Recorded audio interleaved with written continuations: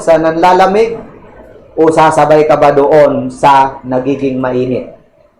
Amen? So, subalit, true Christianity in the last days ay may mga bagay na dapat makita sa Kanya. Kaya nga ang tanong, ikaw ba'y totoong Kristiyano sa panahong ito? Okay? So, ikaw ba ay totoong mananampalataya? So, apat na bagay po ang gusto ko i-share sa inyo. Christianity in the last days. Number 1, true Christianity, they listen to the Word. Okay? Ang text po natin ay kautusan ni Apostol Pablo kay Timoteo. Okay? Tingnan nyo po. Charge ito, charge. Sabi sa verse 1, I charge thee, therefore, before God.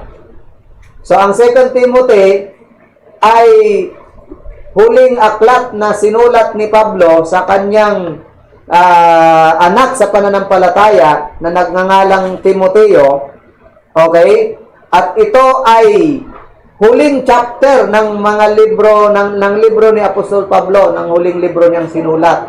Pagtapos niyang masulat ang 2 Timothy na yan, si Paul po ay pinatay na. Okay? Pinugutan na siya ng ulo.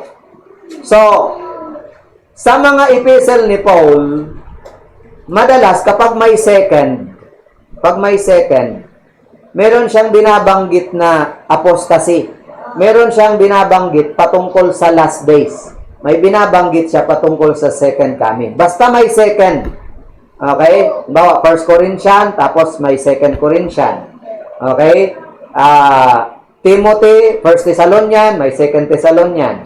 1 Timothy, may 2 Timothy.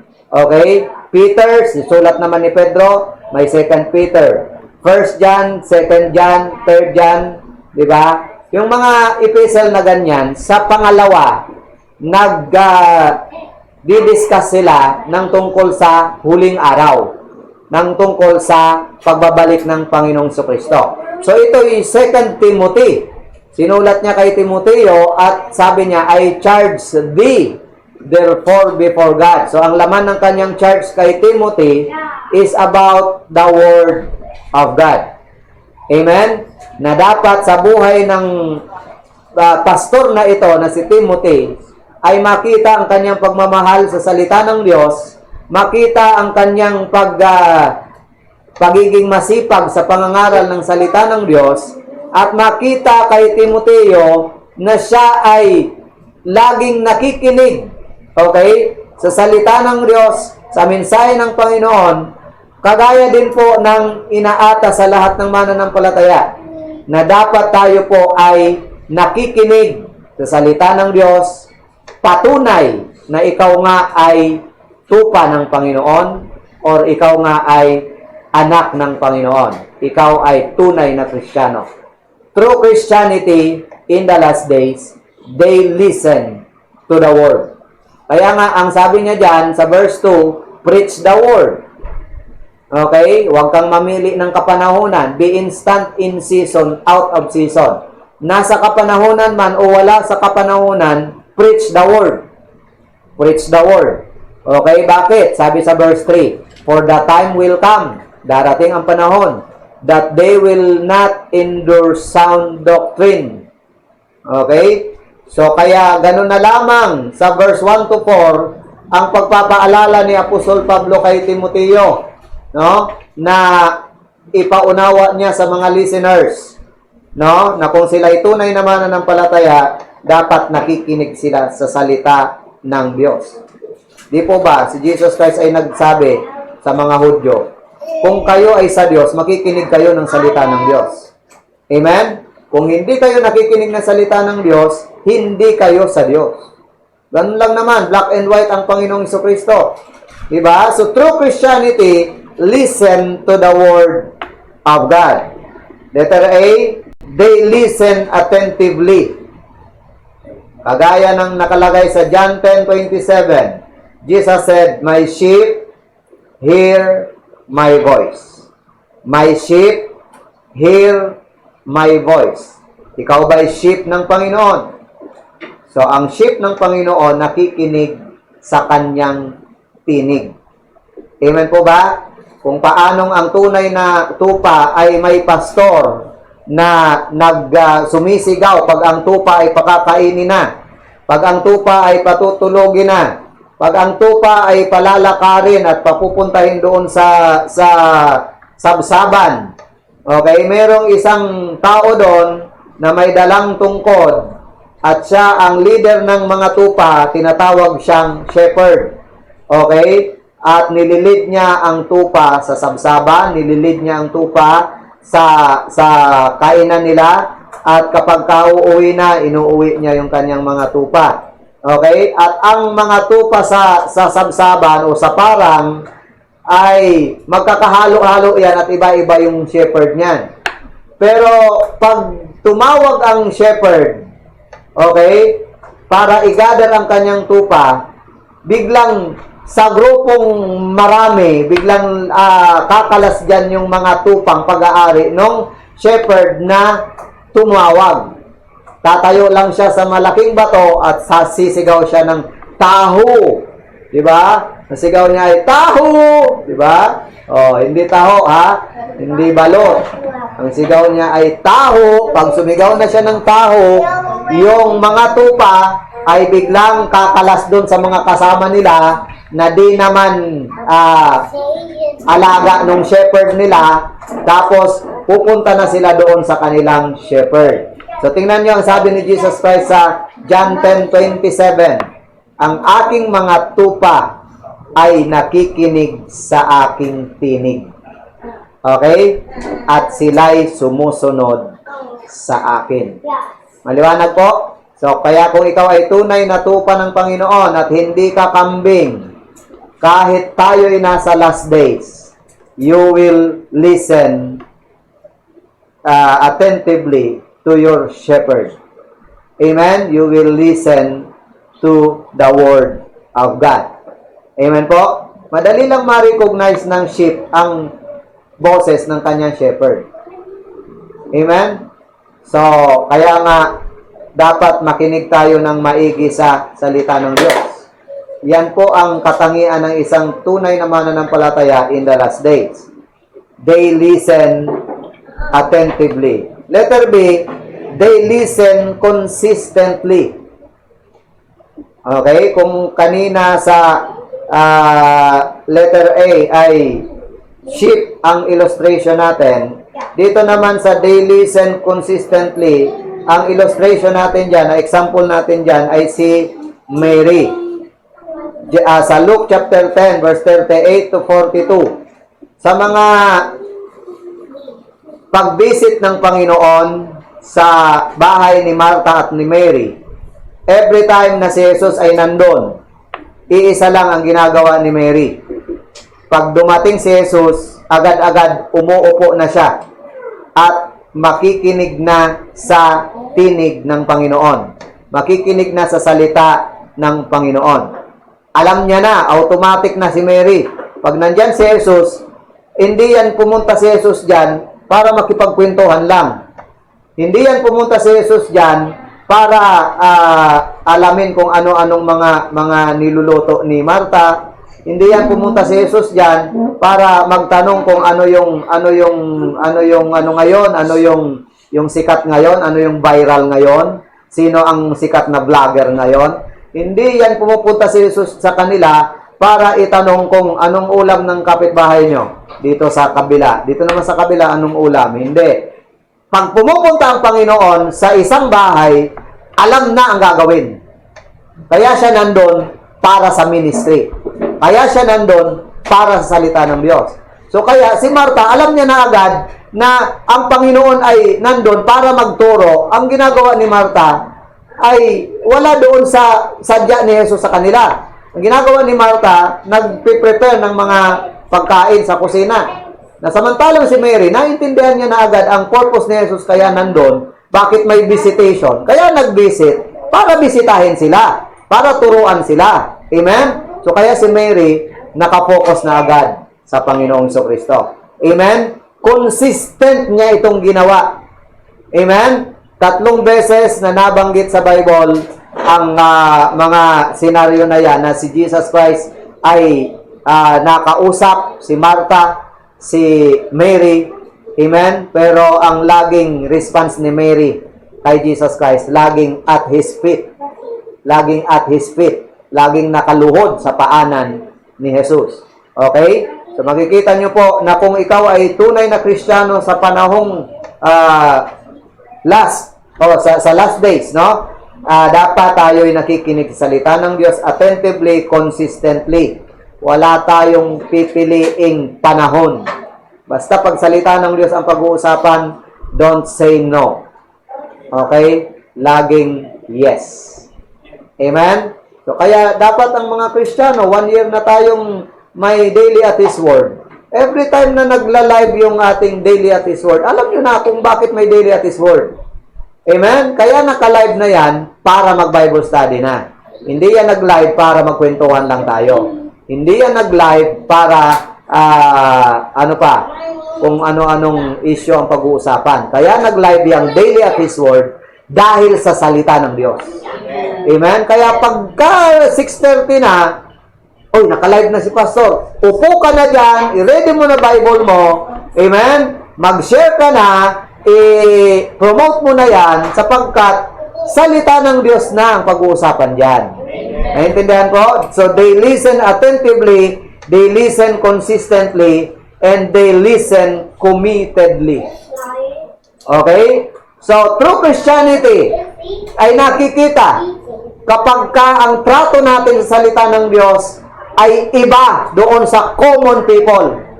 Amen? Tingnan niyo po si Haring David, Psalms 119 verse 11.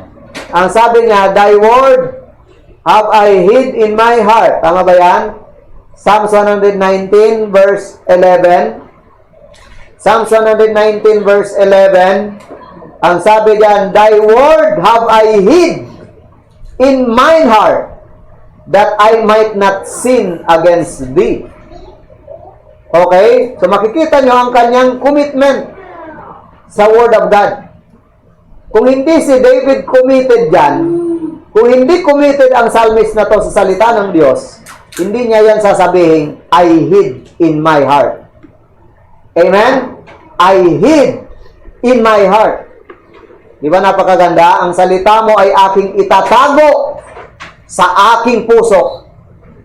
Amen? Ang karamihan, itinatago ang salita ng Diyos sa aparador.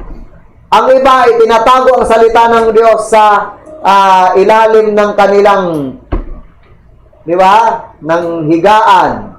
Ang iba ay nakatago sa bag. Di ba? Ang iba nakatago sa sapatosan.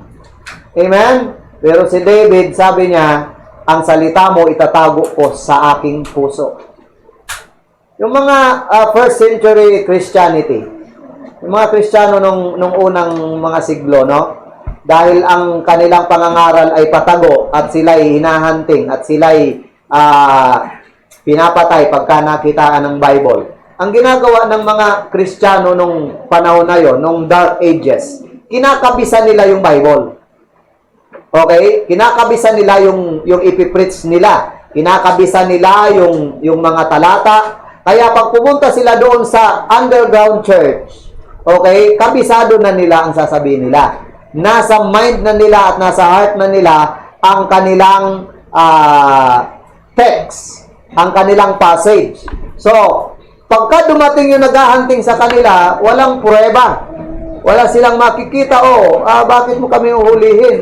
Wala namang kaming dalang Biblia na kung saan sabi nyo bawal. Diba? Pero pag nag-preach na yan, mga kapatid, mag-aral tayo ng salita ng Diyos. Ang text natin ay nandyan sa 2 Timothy chapter 4 verse 1, diba? Let us recite. Hindi yan, let us read. Let us recite. I charge thee therefore before God, diba? So, ganon, kabisado. Amen? Bakit? Sapagkat iningatan nila, mahal nila ang salita ng Diyos at iningatan nila ito sa kanilang puso. Si Apostle Paul, ganun din po ang kanyang utos sa mga mananampalataya sa Colossians. Tingnan niyo po. Colossians chapter 3 verse 16. Ano bang sabi ni Paul diyan? Verse 16. Let the word of Christ dwell in you richly in all wisdom, teaching and admonishing one another in psalms and hymns and spiritual songs, singing with grace in your hearts to the Lord. Ang sabi niya sa Colossian believers, let the Word of God dwell. Hindi lang visitor ang Word of God sa buhay nila, kundi sabi niya, patirahin nyo, patirahin. Pag sinabing dwell, dapat mag-reside. Amen? Hindi lang dapat ang Kristiyano bisita sa buhay niya, bisita sa bahay niya ang Bible. Dapat nakatira na sa bahay nila, nakatira na sa buhay niya, di ba? Ang Biblia. Amen. Amen? Nadadala niya pa sa trabaho ang salita ng Diyos. Nadadala niya pa sa eskwelahan ang salita ng Diyos. Bakit? Kasi parte na yan ng pamilya nila. Nakatira na yan eh. Di ba sabi ni Paul, let the Word of God dwell. Di ba? So maraming tao, hindi nga hospitable sa Word of God eh. Ayaw patuloyin. Matagal nang kumakatok ang Word of God, ayaw pagbuksan. Lalo na kaya kung dwell pa, kung patirahin pa, papasukin nga lang, di makapasok eh. Patirahin pa. Pero sa mga Kristiyano, expected ito, na ang Word of God hindi lang bisita sa buhay mo. Nakikinig, mga Kristiyano? Hindi yung hawakan mo lang ang Bible mo pag linggo. Pagka Lunes hanggang Sabado, ang humahawak sa Bible mo, ipis. Yun ang nagbabasa, langgam. Amen? Tapos pagka nakita mo maraming alikabok, sabi mo, ano ba ito? Dami alikabok. Diba? Kaya kahit 10 years nang may Bible ka, lumalagatik pa rin pagka binuksan mo. Amen? Bagong-bago pa rin. Okay? Ang linis-linis pa rin ng Biblia mo. Amen?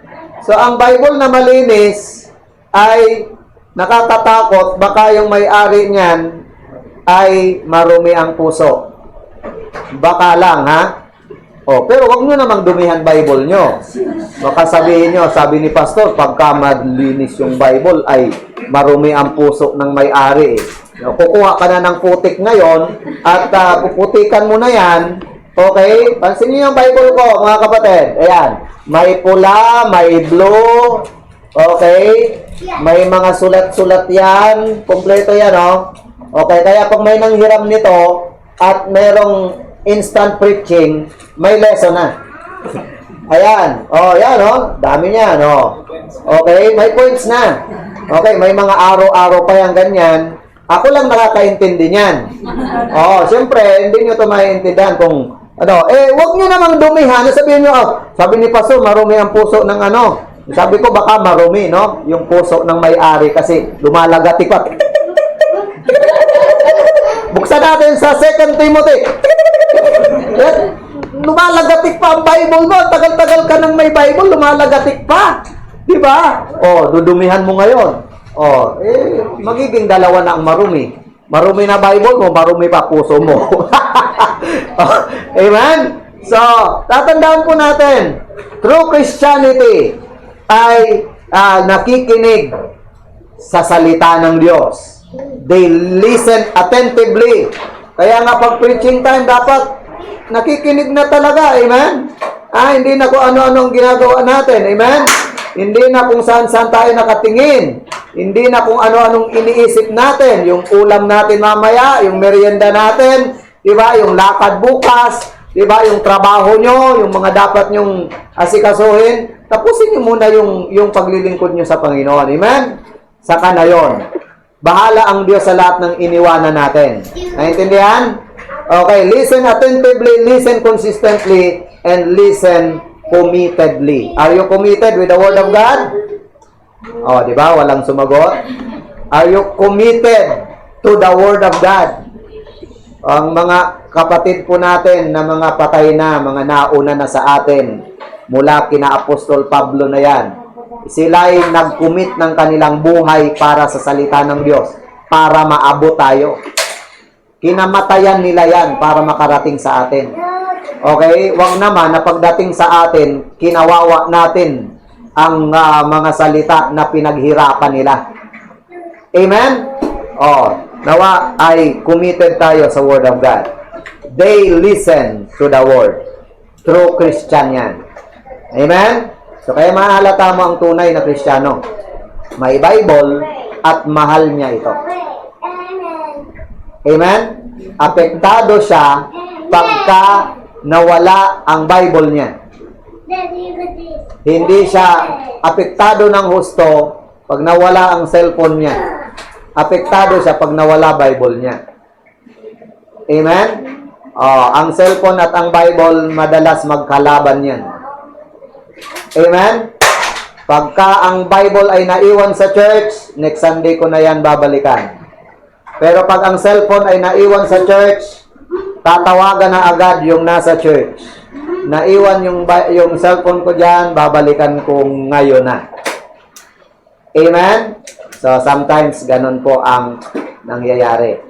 Okay? Pero true Christianity in the last days, they listen to the Word. Amen? Number 2. True Christian in the last days, they lighten the load. Amen? They lighten the Word. Huwag kayong gumaya doon sa mga nanlalamig. Kasi other side yon ng signs of the times. Punta tayo dito sa positive signs.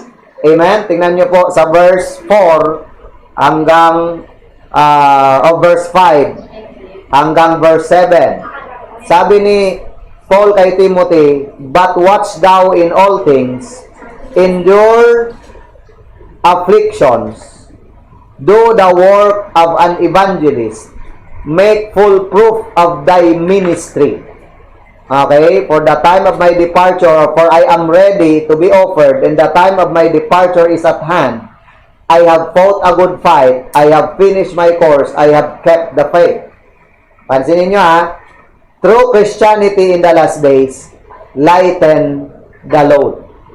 Hindi tayo nagpapabigat. Tayo'y nagpapagaan ng load. Yan ang tunay na Kristiyano. Amen? Hindi siya tinutulungan, kundi siya'y tumutulong. Amen? Hindi siya nagpapabigat, kundi siya'y nagpapagaan. Amen? Hindi siya ang binibisita, siya ang nagbibisita. Amen? Hindi siya ang binibigyan, siya ang nagbibigay. Hindi siya ang pinaglilingkuran, siya ang naglilingkod. Yan ang Christianity, no? Sa last days. Positive sign ng last days. Amen? True Christianity, lighten the load. Tingnan nyo ang sabi ni Paul kay Timothy. Okay? Sabi niya, letter A, be a watchman. Diba? Sabi niya, "But watch thou in all things." Magbantay ka sa lahat ng bagay. So, sinasabi ni Paul kay Timothy, maging watcher ka or maging watchman ka. Sa Old Testament po, ang watchman, di po ba, yan yung mga taong naka-assign sa gate ng city. Doon sa gate ng city, merong meron yang nakataas na maliit na barracks o maliit na bahay, no? At yung watchman nandun. Okay? Sa mga kampo, ganun din. Meron niyang nakatayong mataas na tower, tapos may isang bantay doon or dalawa. Okay? Sila yung nagbabantay kung may paparating. Sila yung, kaya nga yan ang inuuna ng kalaban. Okay? Pag may lulusob doon sa isang detachment, inuuna nila yung watcher, inuuna nila yung nakamanman sa kanila. Okay? Ini-sniper nila yan. Amen? So, ito pong pinapagawa ni Paul kay Timothy sa panahon ng last days. Sabi niya, magbantay ka sa lahat ng bagay. Ano-ano ang dapat bantayan? Di ba? So, syempre, kung ang topic ay last days, kung ang context ay last days, so alam na. Ang mga dapat bantayan, syempre, yung mga panlalamig, yung mga taong lumalayo sa gawain, Di ba? Tapos, bantayan yung sarili. Amen? Bantayan yung ministry. Bantayan yung ating mga loved ones. Bantayan yung ating mga bunga. Amen? Alagaan natin. So, be a watchman. Amen? Sa magitan ng pagiging watchman natin, we are lightening the load. Hindi tayo nagpapabigat. Amen? Kundi nagpapagaan tayo. Kung sa visitation ay nakakagaan ka dahil imbes na ang pastor ang gumawa niyan lahat, isa ka na sa nagpagaan dahil ikaw ay nagbibisita na. Amen? O kung lahat ay nagbibisita, di ba? Edi ang laking kagaanan. Kung lahat ay nag-tracts distribution, amen? Edi hindi na may stress si preacher jet. Amen? O, hindi na siya laging magpo-post sa ating GC at sasabihin, sino po ang sasama at di naman nire-replyan. Amen? So, be a watchman.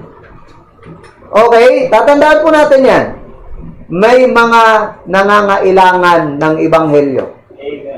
Okay? So, sa Old Testament, ang watchman ganito, ang trabaho niya.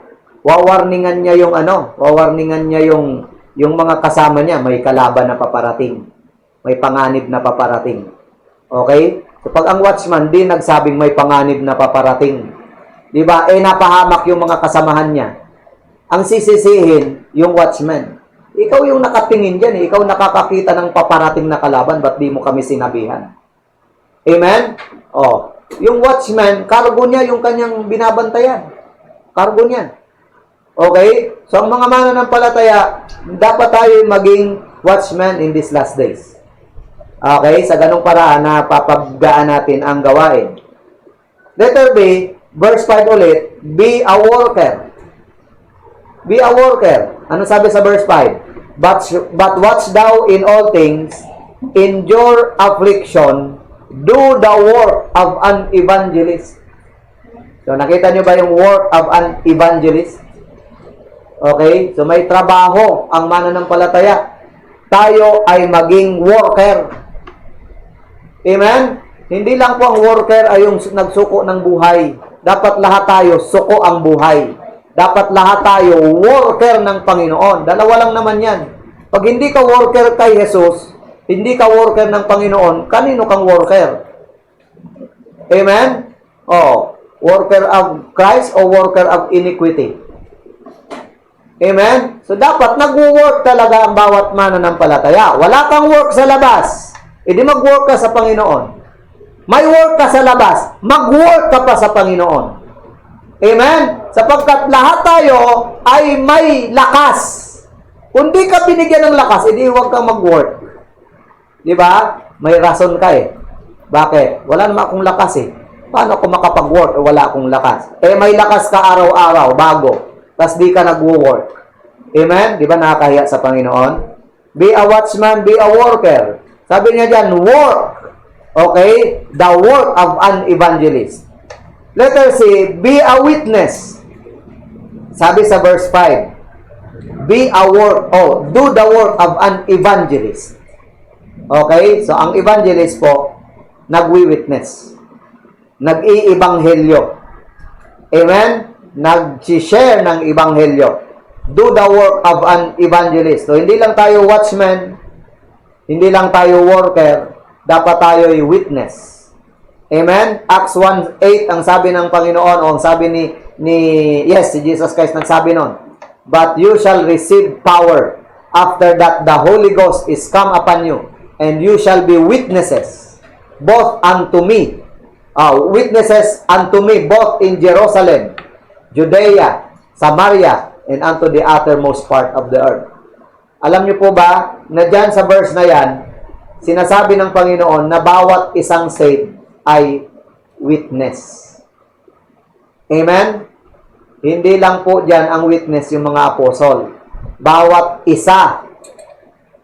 Okay? Tingnan nyo, sabi, you shall be witnesses after that the Holy Ghost is come upon you. Natutukan nyo ba yung verse na yan?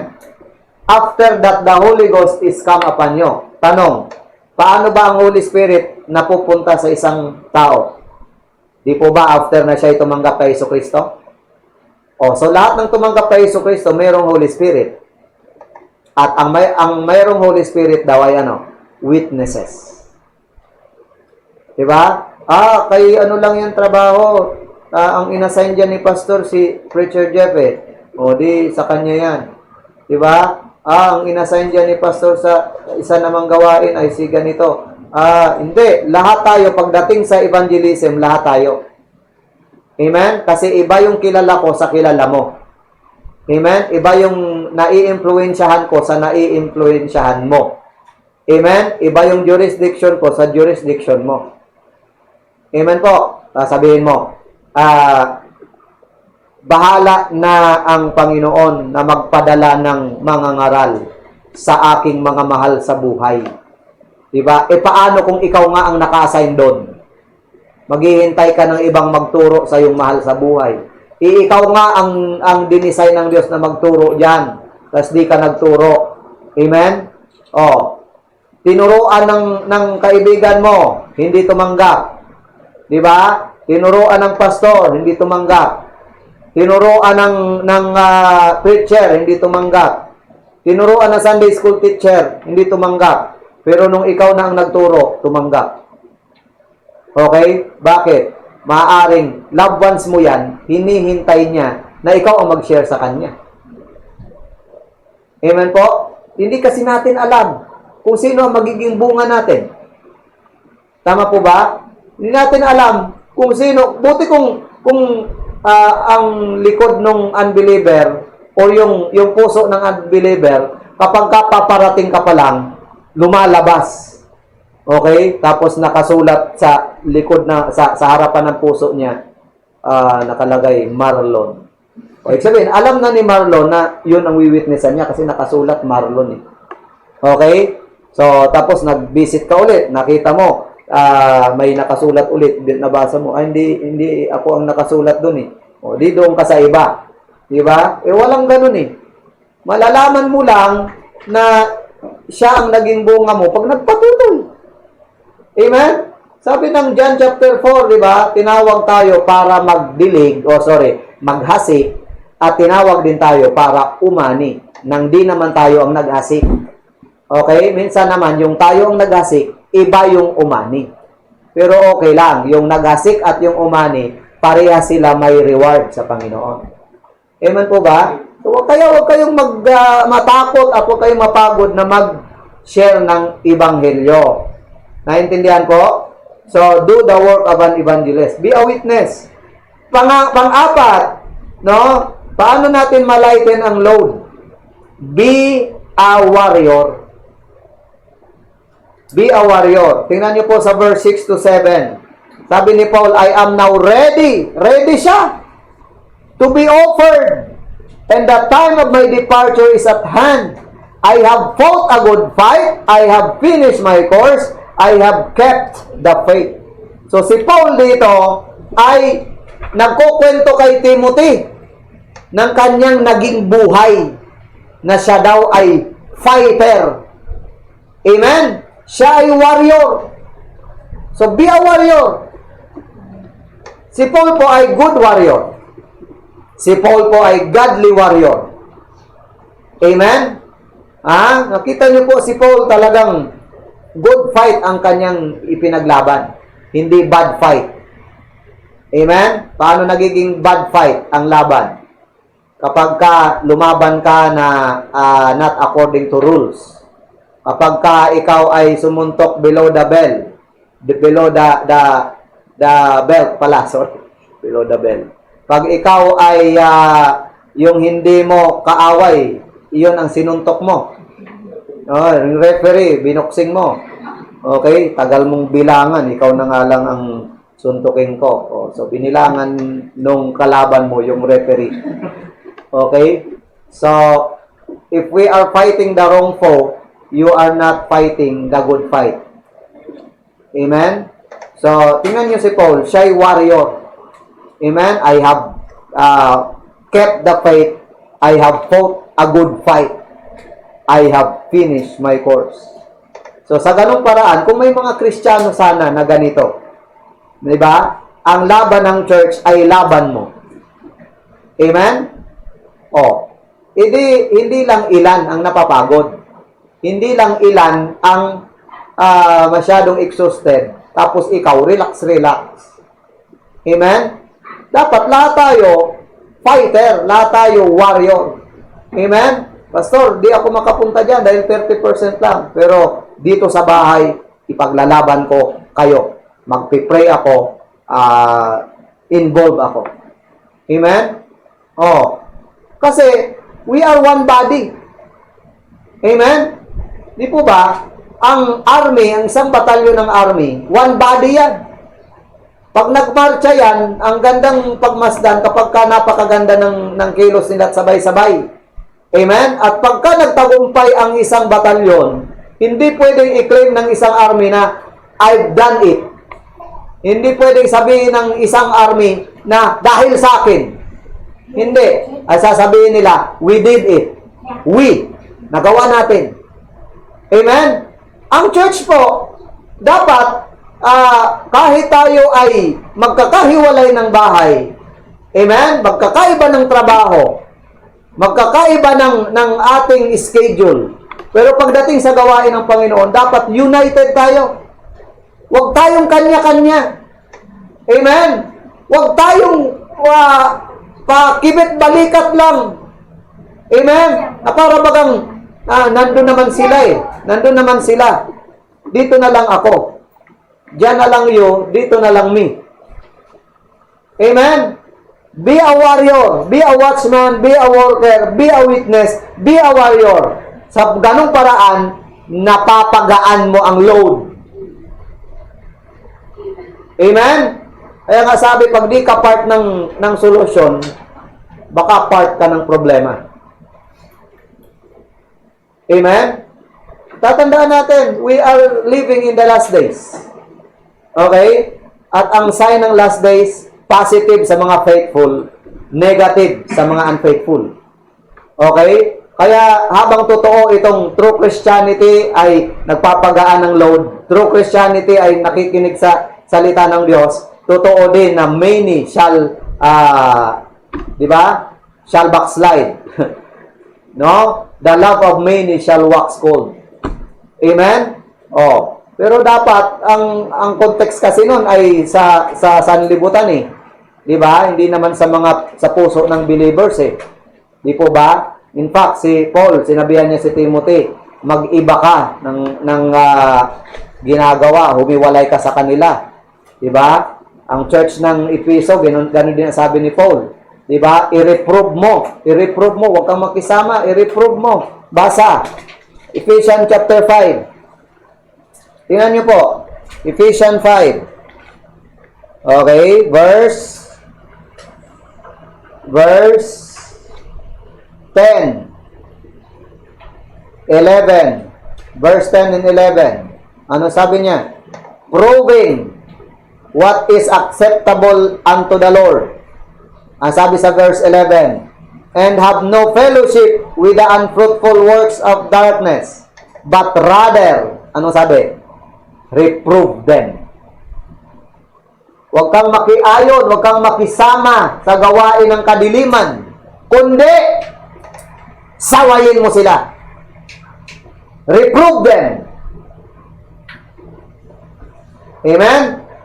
So, mas maganda na ikaw ay naging totoo, sinaway mo yung mali, kaysa makipagplastikan ka para lang ma-please mo siya.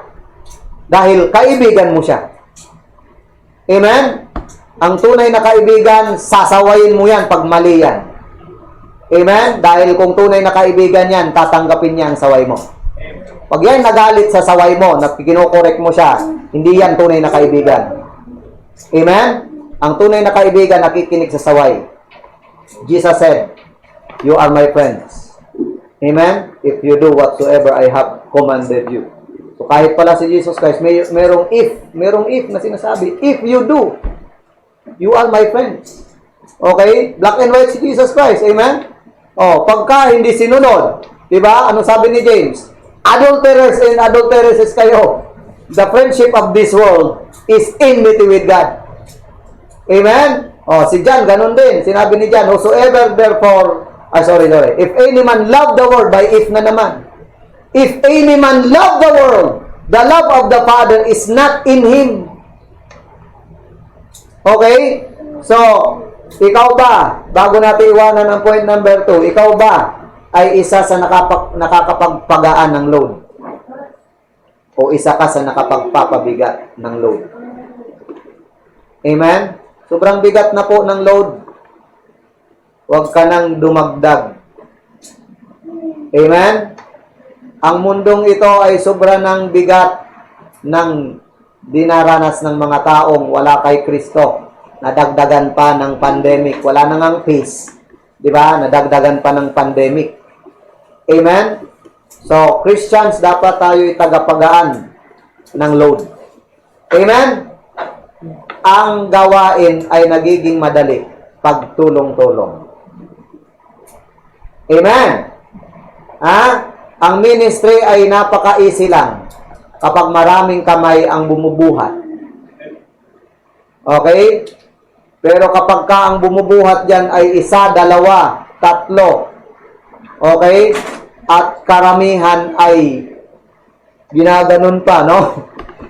Habang yung 3, 4, 5 nakaganon, yung karamihan nakasakay. Di ba? Sabi daw ay yung tawag diyan, yung utak talangka, yung crab mentality ay hindi naman talaga negative ang pinaka-original nun. No? Ginawa lang negative at ang pinasikat ay negative. Okay? Diba? Ang crab mentality, yung hihilahin ka pababa pagka Pero ang purpose pala ng mga crab na yon ay apakan yung iba. Okay? Para makaakyat. Tapos pagka nakasabit na yung kamay niya doon, yung iba kakapit sa kanya para madala niya rin doon sa taas. Lahat sila makatawid. Amen? So, totoo talaga na if a picture paints 1,000 words. Di ba? So, pag nag-focus tayo dun sa negative, negative talaga ang kalalabasan. Pag nag-focus ka sa positive, positive ang kalalabasan. Amen? So, itong sabi ni Apostle Paul, Timothy, nasa last days na tayo. Di ba? Pero patunayan mong tunay kang Kristiyano. Okay? Listen to the word and lighten the load. Number 3. True Christians in the last days, they don't just listen to the word, lighten the load. They love the Lord. They love the Lord. Tingnan nyo sa verse 8. Napakaganda. Ano sabi sa verse 8? Henceforth, there is laid up for me a crown of righteousness, which the Lord, the righteous judge, shall give me at that day. And not to me only, but also, or unto all them also that love His appearing. Okay? Sabi ni Paul, hindi lang ako ang nakapag-fight a good fight. Hindi lang ako ang naka-finish ng course. Hindi lang ako ang nakaingat ng faith. Hindi lang ako ang may award. Hindi lang ako ang may gantimpala sa Panginoon. Kundi, ganun din silang lahat na nagmamahal sa pagbabalik ng Panginoon. So, ibig pong sabihin, meron talagang mga lilitaw sa last days na mga mananampalatayang mahal ang Panginoon. Yung mga mananampalatayang hindi iiwanan ang Panginoon. Amen? Diba? Pwede mong sagutin yung will you also go away? Diba? Ang sagot doon, I will go away. I will go away if the Lord did not love me. I will go away kung ako ay hindi blessed ni Lord. I will go away kung ako ay hindi mananampalataya. I will go away kung hindi ako nakatanggap ng grasya. I will go away. Pero dahil ako'y nakatanggap ng mga bagay na yon, bakit ako aalis? Amen? Will you also go away? Sabi ni Peter, no. No. Kanino naman kami pupunta? Amen? They love the Lord. Paano nila minahal ang Panginoon? Yung mga Kristiyano in the last days. Oh, they love the Lord undoubtedly. They love the Lord undoubtedly. Tingnan nyo sa John 6:66 to 68. Yun nga ang tanong ng Panginoon sa kanila. Will you also go away? Peter said, saan naman kami? Kanino naman kami pupunta? Kanino naman kami pupunta? Nasa iyo na ang eternal life. Amen? Basahin nga ulit natin. Maganda pag paulit-ulit na binabasa. Amen? John 6:66 hanggang 68. Okay? From that time, many of his disciples went back and walked no more with him. Then said Jesus unto the 12, will you also go away?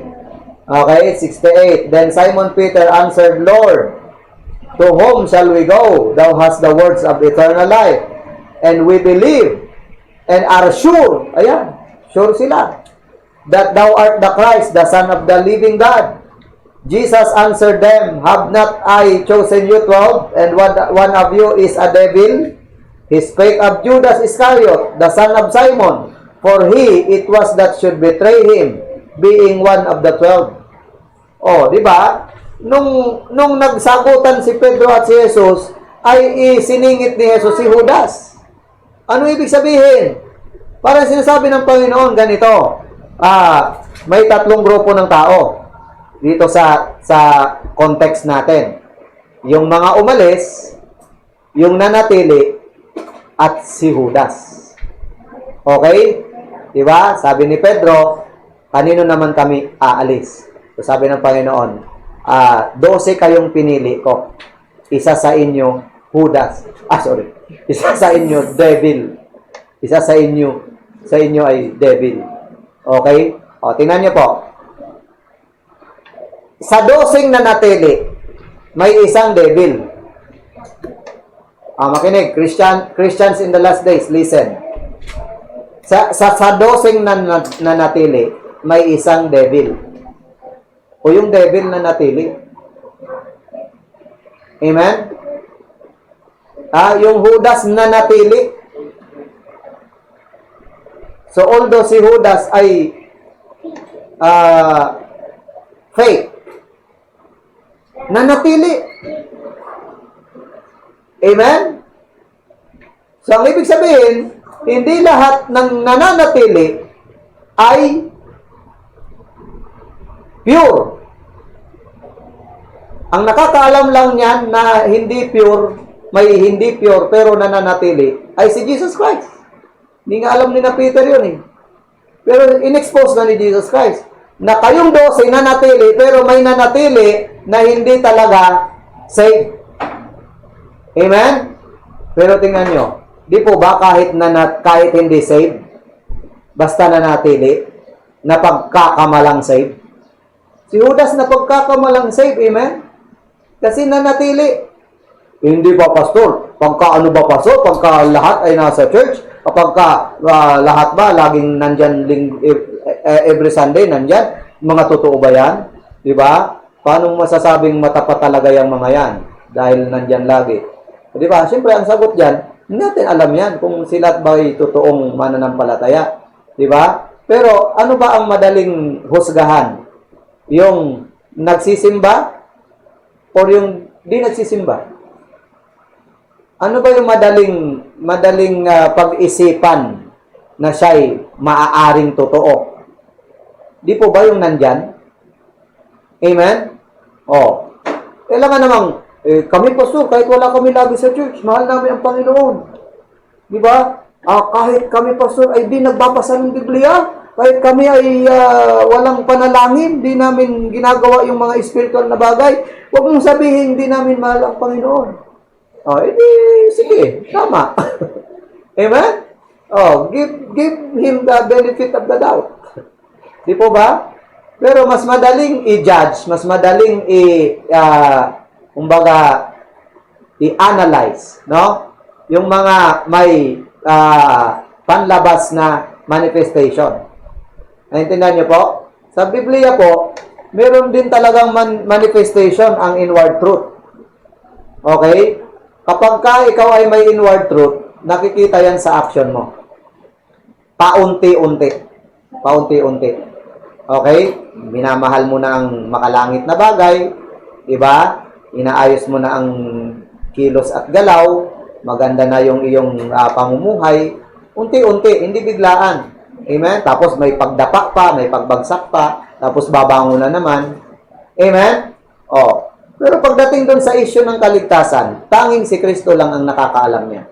We cannot judge the person by his appearance. Di ba? So, only God knows the heart. Amen? Pero importante po, pagka last days na ang pinag-uusapan, di ba? Sa last days po, bigyan ko kayo ng example. Pagtapos ng rapture, magkakaroon ng 7 years tribulation. Okay?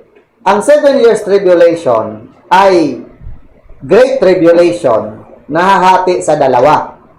3.5 years and 3.5 years.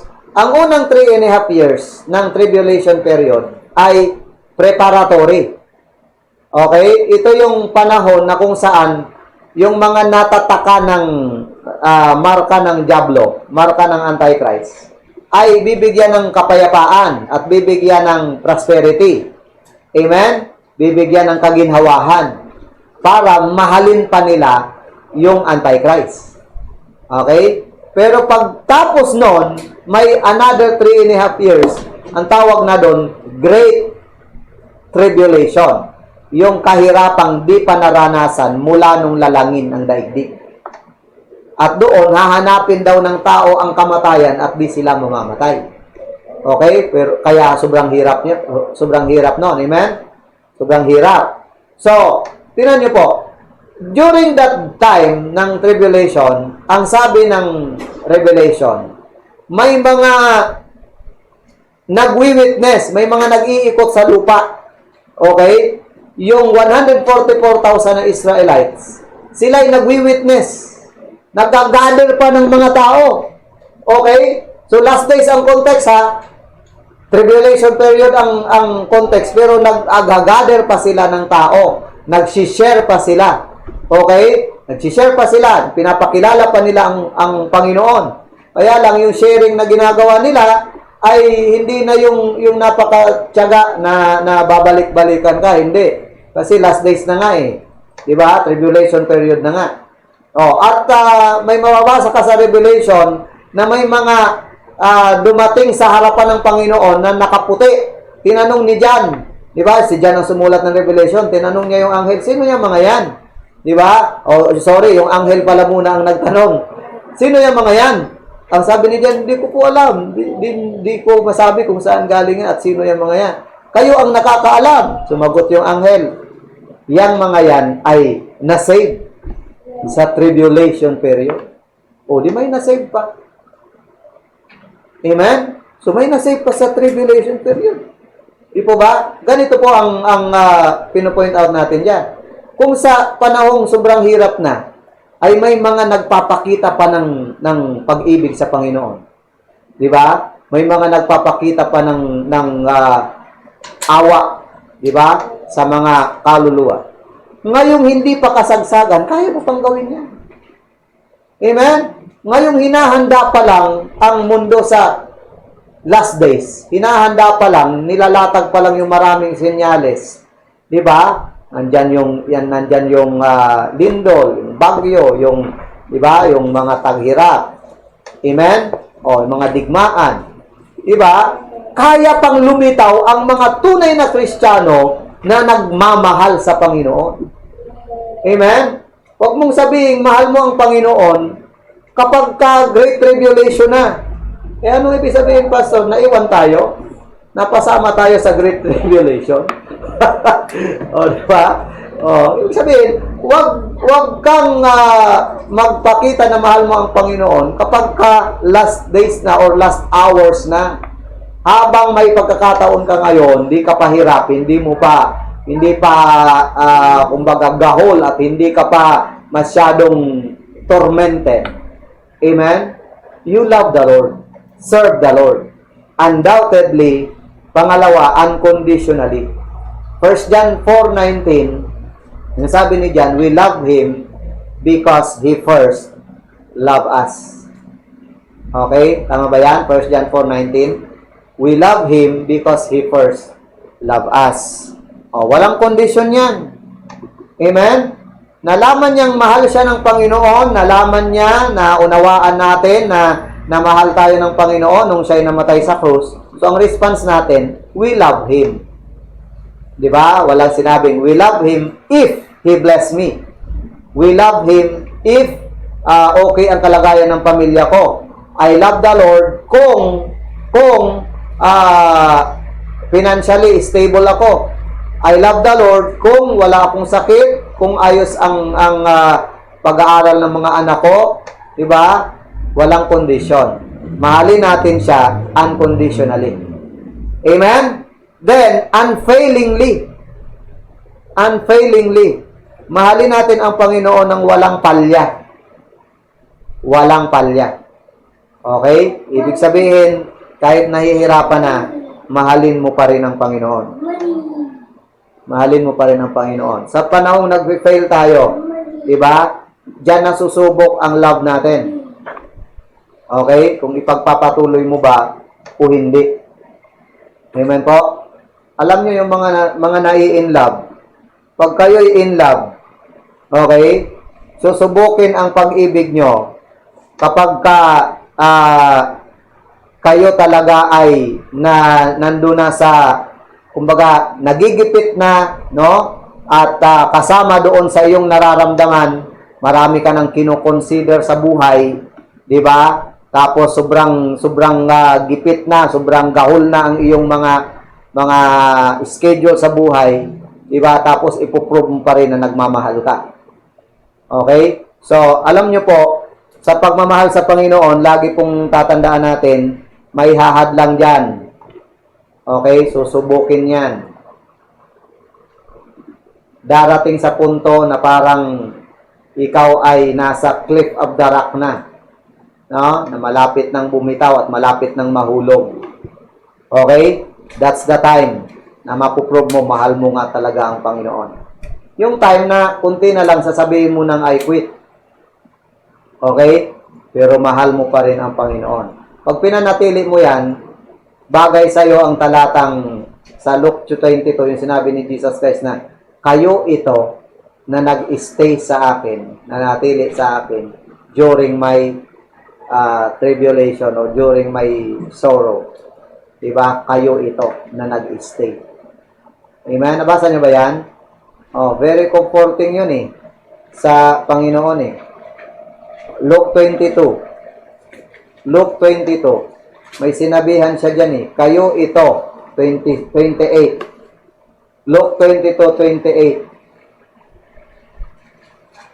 You are they which have continued with me in my temptations.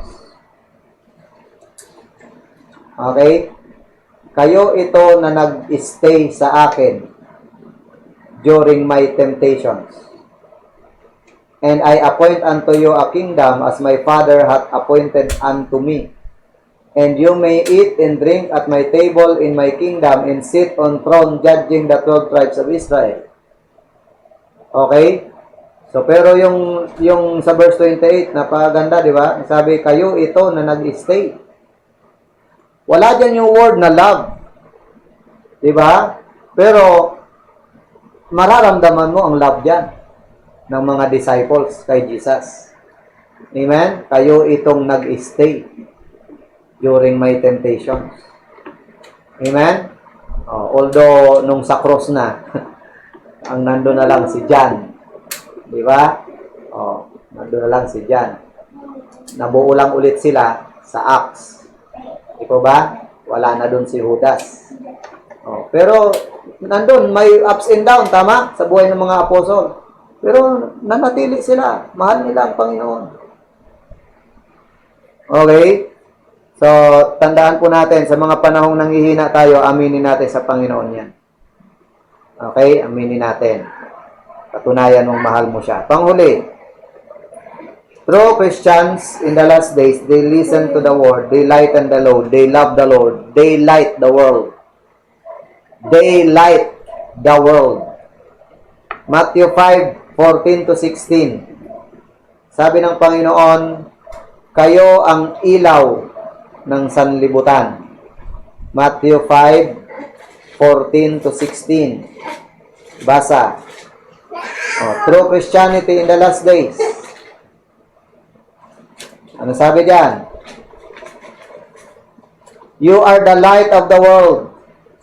A city that is set on an hill cannot be hid. Neither do men light a candle and put it under a bushel, but on a candlestick, and it giveth light into all that are in the house.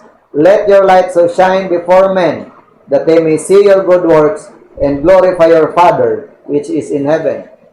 True Christianity in the last days, they light the world. Alam niyo po, habang paparating ang last days, no?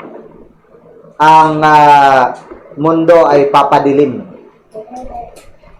Yung isipan nagdadarken, okay? Nagiging blinded ang maraming tao.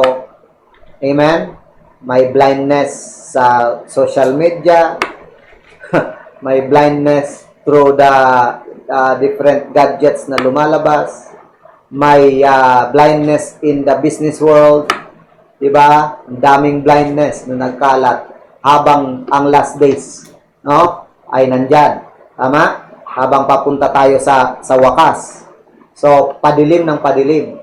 Pero hanggat ang Kristiyano ay nasa lupa at di pa kinukuha ng Panginoon, you are the light of the world. You are the light of the world. Okay? Ano natin yan? Trabaho natin yan. Occupation natin yan. Diba? We are the light of the world. So, paano tayo magiging liwanag ng sanlibutan? Diba? Through Christianity. A, by our truth. By their truth. Okay? We give light to the dark world by our truth. John 8:32. You shall know the truth, and the truth shall make you free. Okay? So, di po ba? Kaya tayo nagkaroon ng freedom because of that truth. Correct? Di po ba may karapatan din yung iba para mapasahan sila ng freedom? The same truth na nagpalaya sa'yo, ang truth na kailangan ng iba para magkaroon ng freedom. So, you are the light of the world. Maliliwanagan mo ang sanlibutan dahil sa katotohanan nasa iyo. Amen. Oo, wag namang maging parang kasinungalingan ang katotohanan natin. Amen. O parang yung pastor na nag-usap sa kayong isang clown. Amen. Sabi ng clown, sabi ng pastor, bakit ako nagpo-proclaim ng truth? Okay? Sa loob ng isang oras, I'm proclaiming the truth. And ang taong pumupunta ay kakaunti. Okay? Sabi ng clown, sabi ng pastor, pero ikaw, 15 minutes ka lang na nagpe-perform ng kamangmangan. Nagpe-perform ng iyong pagpapatawa at sobrang dami ng taong nanonood sa'yo. Okay? So, anong pagkakaiba natin? Anong pagkakaiba natin? Diba? Ang sabi ng clown, dinaan niya na naman sa joke. Sabi niya, because I'm proclaiming lies, I'm proclaiming joke through in the way na parang katotohanan. And you are proclaiming the truth in a way na parang kasinungalingan. Okay? So, kaya marami ang nahihikayat ko kaysa sa nahihikayat mo. Okay? Pero ano't ano pa man, no? Marami man o kaunti ang nakikinig sa iyo when you declare truth. Huwag kang magbabago ng standard. Truth is truth. Amen? Still, hindi nagbabago. Jesus is the way, the truth, and the life. At ang truth na yan ang magpapalaya sa mga nadidilimang kaluluwa. Be alive, amen, by your truth. Number 2, by their trust. Okay, naliliwanagan natin ang sanlibutan by our trust. Matthew 6:33, Hebrews 13:5. Di po ba magandang huwaran kapag ikaw ay nag-a-apply ng seek you first the kingdom of God? Litaw ang tiwala mo sa Panginoon. Okay? So pag nakita yan, ang buhay mo nakita ng nadidiliman, nakita ng taga-sanlibutang nagugulumihanan, di ba? Sila ay maliliwanagan. Dahil nakita sa buhay mo ang tiwala mo sa Panginoon. Amen? Parang apektadong-apektado na sila pero ikaw hindi. Because you have trust in the Lord Jesus Christ. Hebrews 13:5. Diba? Let your conversation be without covetousness, and be content with such things as you have. For he saith, I will never leave thee, nor forsake thee. Pag nakita yan sa'yo ng nadidiliman sa buhay, namumroblema, diba? Parang pag tumingin siya sa'yo ay parang di ka apektado. Habang nagkakaroon ng bankruptcy sa iba't ibang panig ng mundo, ikaw na anak ng Diyos ay patuloy na umuunlad. Ikaw na anak ng Diyos ay patuloy na masaya. Diba? Nakakapaglingkod ng masaya. Kapiling ang pamilya. Amen? Nagagawa ang mga bagay na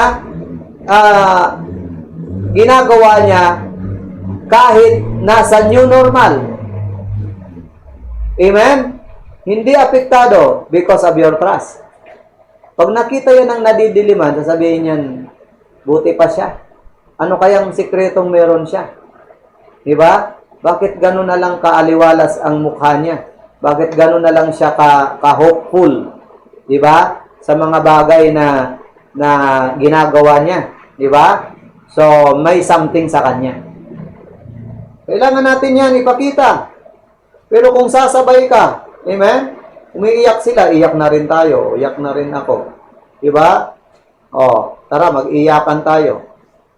Oh, nagreklamo sila, magreklamo ka, tara, magreklamuhan tayo. Amen? Nagwala sila, magwala ka rin, magwalaan tayo. Amen?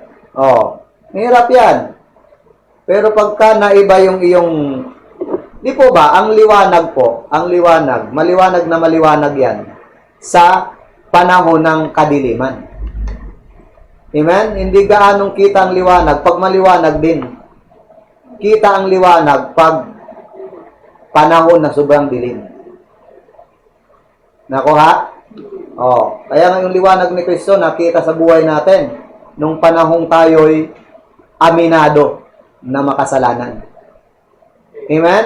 Pero hanggat di mo naaamin na ikaw ay makasalanan, di ba? Yung liwanag ni Kristo, hindi nagliliwanag sa'yo. Sabi nga nung bata, ang bilis nga lang sumagot ng bata eh. Di ba? Ang sabi ng teacher, mga bata, paano iligtas ng Diyos ang makasalanan? Okay? Ano-ano ang paraan? Ang sabi ng bata, first, dapat nagkasala ka. Okay? Ganun lang daw ang una. Okay? Paano mapatawad ang kasalanan? Paano mailigtas ang makasalanan? Sabi ng bata, una teacher, dapat nagkasala ka muna. Okay? Oh, kasi hindi ililigtas kung di ka nagkasala. Amen? So, ang inililigtas yung nagkasala. Yung umami na siya'y nagkasala. Amen? Naintindihan? Kagaya ni Prussian King, si Frederick the Great. Frederick the Great ay dumalaw sa Berlin prison. At doon sa Berlin prison, siya ay nag-interview ng mga bilanggo. Okay? At doon sa nadalaw niyang selda, lahat ay nagko-complain. Lahat ay nagsasabing, we are innocent. We are innocent. Lahat kami dito, bawat isang tanungin niya, inosente daw at walang kasalanan. Bakit nakulong? Okay? Hanggang doon sa selda na yon, may isang tao na naiiba. Dahil hindi kumikibo. Hindi kumikibo, hindi nagsasalita. So na-attract itong si King Frederick, nilapitan niya. Sabi niya, bakit itong mga to, lahat sila nagsasabing we are innocent at gusto na naming makalabas dito. Ikaw, ba't di ka sumasali doon?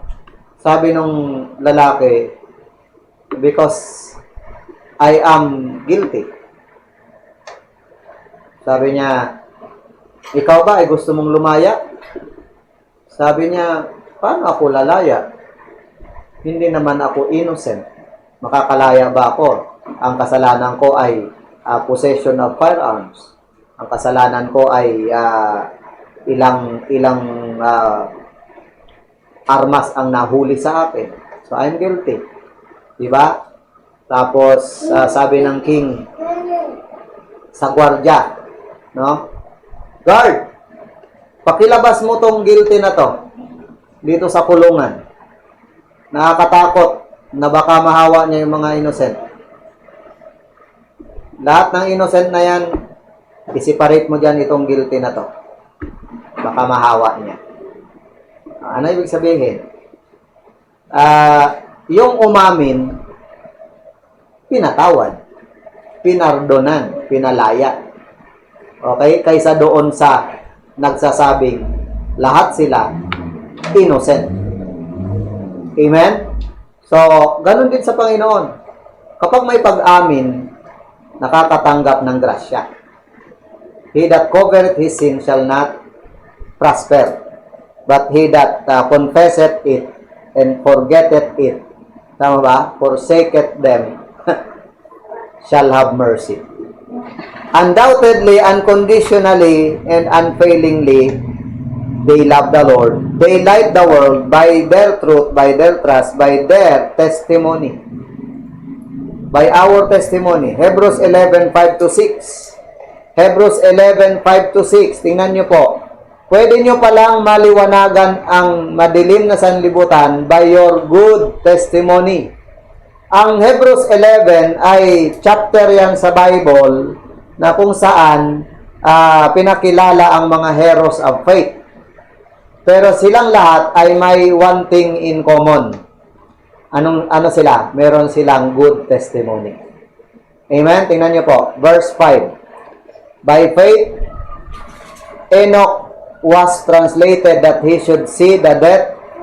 He should not see death, and was not found because God had translated him. But before his translation, he had this testimony that he pleased God. But without faith, it is impossible to please him. For he that cometh to God must believe that he is, and that he is the rewarder of them that diligently seek him. Pagka binilang nyo yan, yung mga heroes of faith yan, mula kay Abel, hanggang doon sa huling ni-record dyan, na heroes of faith, lahat sila nagkakasundo sa verse 6. Amen? Hindi nila na-please si Lord without faith. Okay? So, ibig sabihin, na-please nila si Lord through their faith. Kaya ang faith ang nagbigay sa kanila ng magandang testimony, magandang performance. Diba? Their faith, okay, produce a good testimony in their lives. So, diba, ang mga believer in the last days, o kahit noon pa na wala pang last days, amen? Ang believer po ay walking by faith yan. Amen? Not by sight. At di po yan magbabago. Okay? So, they light the world through their truth, by their trust, and by their testimony. In our conclusion, 2 Timothy 3:1-5. Sinabi po ni Apostle Pablo, in the last days, perilous time shall come, in the last days, perilous time shall come. Ito yung negative side ng atin pong ng last days, no? 2 Timothy 3, 1 to 5. This know also that in the last days perilous time shall come, for men shall be lovers of their own selves, covetous, boasters, proud, blasphemers, disobedient to parents, unthankful, unholy, without natural affection, truth breakers, false accusers, incontinent, fierce, despisers of those that are good, traitors, heady, high-minded, lovers of pleasures more than lovers of God, having a form of godliness but denying the power thereof. Sabi diyan, from such turn away. Okay? Ang pangontra lang diyan ni Paul, yung maliit na linya na yan.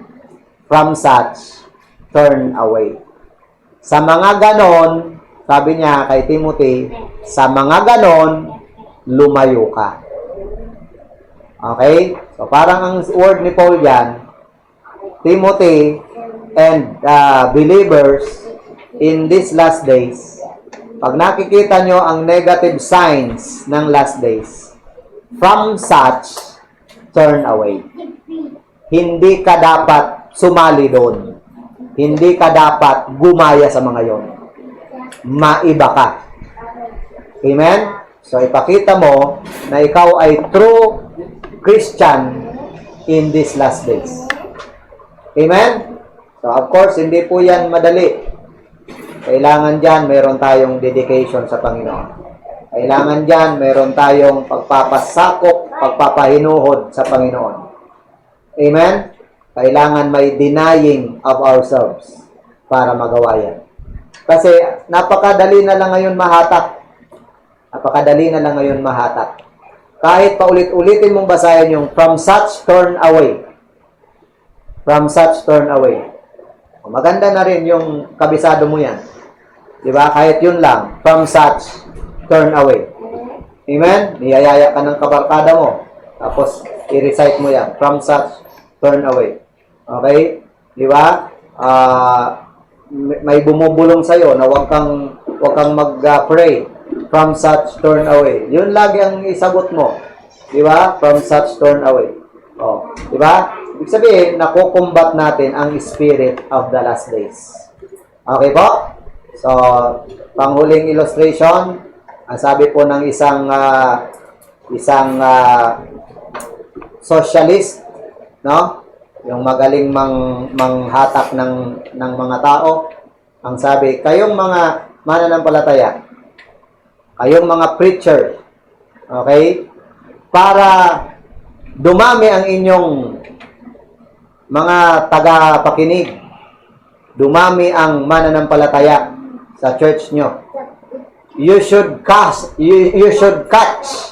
the spirit of this age. Ganda ng advice. Amen? You should catch the spirit of this age. Sumagot yung isang well-known preacher. At ang sabi niya, we should not catch the spirit of this age. We should correct the spirit of this age. Diba? Hindi natin ikakatch ang spirit nila. Diba? Kasi parang, kung millennial sila, maging parang millennial ka. Diba? Samahan mo sila doon sa hilig nila. Para, amen? Para dumami kayo. Sabi ng isang preacher, we should correct the spirit of this age. Kasi iba na ang spirits of this age. Amen? Nasa New Age movement tayo. Amen? Ang New Age movement ay hinahandle po yan ng Antichrist. Okay? We should correct the spirit of this age. God bless you. Tayo po'y manalangin. Dakilang Diyos, salamat po sa iyong salita. Salamat po sa buhay ni Apostol Pablo at ni Timothy. Na tunay na naging huwaran ng pagsunod, ng pagmamahal sa iyong banal na salita. Tulungan mo po kami na kahit papano, Panginoon, sa mga bagay na iniatang mo sa aming balikat, magampanan po namin habang hindi pa nagra-rapture, Panginoon. Tulungan mo po maging ang mga mahal namin sa buhay na hindi pa mananampalataya, maakay po namin bago maging huli ang lahat. Salamat po sa reminder mo. Bless mo pa ang buhay ng iyong mga anak, mga nagmamahal sa inyong gawain, mga nagpapagamit sa inyo, at patuloy mo pong bigyan ng katalinuhan ang bawat anak mo, Panginoon, sa pagtupad ng aming mga duty. Ang mga nagtatrabaho, ingatan mo at bigyan ng lakas. Dalangin po namin ang pagpapagaling mo sa mga may sakit. Panalangin namin ang pagbigay ng talino sa mga nag-aaral. Ikaw, O Diyos, ang mag-provide ng needs ng bawat tahanan. Sa iyo po ang papuri sa maghapon, sa mga salita mong naihayag. Tulungan mong maisabuhay po namin ang lahat ng ito. Sa pangalan ni Jesus. Amen. God bless you mga kapatid at mga visitors.